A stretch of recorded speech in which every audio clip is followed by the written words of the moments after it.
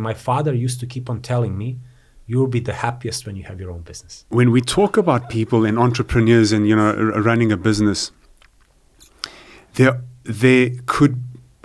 are so many different vulnerabilities that can come up. If you had to sit and try and think of every single possible thing that could go wrong and actually understand it, you'd go nuts, I think. There's entrepreneurship has got, you need to have a combination of, obviously, I'm not saying ignorance, but that thick skin to take on risk. And in the event where it all falls apart from something that you didn't even realize could have, you couldn't even comprehend it before. Yes. How do you pick yourself up and just go again?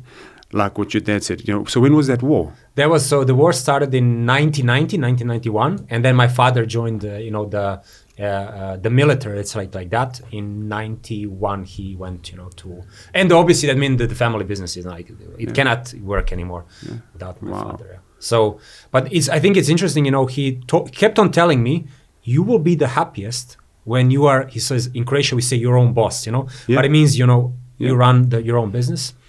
And obviously, I had no clue what he thought by that when I was very young, but it was kind of like what stuck with me. But it's not something that it's just he kept on telling me that, And my childhood was, obviously the war was one part, but overall I had a very interesting, nice childhood. My parents very early on realized I'm good in mathematics, so that was another defining moment for me. To say, they said, okay, he's good at math. He will have to do a lot of math, when they notice something. Yeah? And that means, I studied mathematics in Croatia. These things, parents, right? Yes. Having the smarts. I try to do this with my kids. Yes. I can't tell. You don't have kids, but let me tell you, that is a whole other challenge on its own, right? Yes. I by no means think I'm in a position to give any advice on parenting. I'm learning myself, but I try every day. It's so hard, and I appreciate all this that you're telling me about your dad, for example. And I just want to go back to this example, right, with the war, where you don't know where it can come. Building a business, you just mentioned your dad in his a brief little history there where, leather business, whatever it is, and you start, don't even... try and think about the daily challenges that you've got, Yes. Finding customers, trying to market yourself, wearing all these different hats. You start off small, you grow gradually, organically. I can imagine and, let's not forget the stats that, whatever these stats are, whatever that right number is, the majority of businesses, whoever goes and starts a business, they close, they fail, Absolutely. Right? So you push through that whole challenge and you get to this point where you've got liftoff and you're sailing, you're going, and then the war happens, and now you got to start from the beginning. That takes a lot of, and you've got kids. You've got kids too. Now you got to keep your cool and show the right, guidance and the, lead and, show your kids whatever it is, how to be. And this thing about, you will be the happiest when you're an entrepreneur.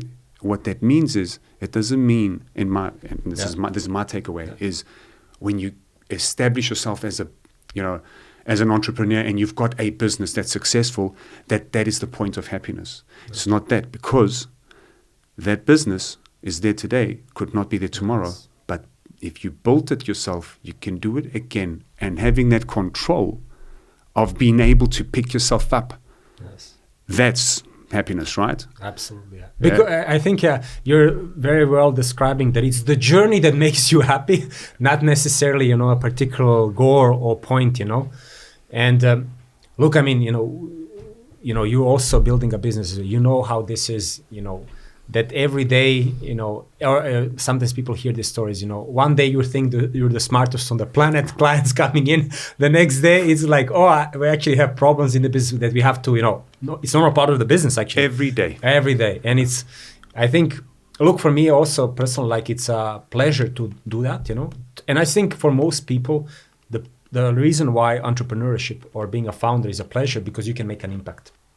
So yes, you're dealing with challenging situations, and you have to pick yourself up when things are not so well. But the fact that you can make an impact, I think this is what inspires me personally most of the time, because I have never worked in a big corporation, so I don't know. But I hear from people that when you're a small piece of that big machine, maybe you don't really see that impact, or how it's clear that you make an impact, which, when you reflect on it, we are here on this earth, and we want to make a positive impact, right? Actually. Of course. And, and however big or small that impact is, yes. right? The businesses that you've been involved with, many people have heard of it, but it hasn't been at a global scale. Let's call it like in the likes of Jeff Bezos or yes. whoever. But it doesn't have to be, because as long as the intent's good, right? Yes. If you've got good intent, whatever you did, there was a ripple effect. You inspired someone, maybe even in an indirect way. Yes. Maybe somebody saw, if Anton can do it, then so can I, yes. right? And now you've got a positive impact on somebody you mightn't even know. If you liked that video and you want to watch the full episode, it's available here. Remember to like, subscribe, and share. It helps the channel.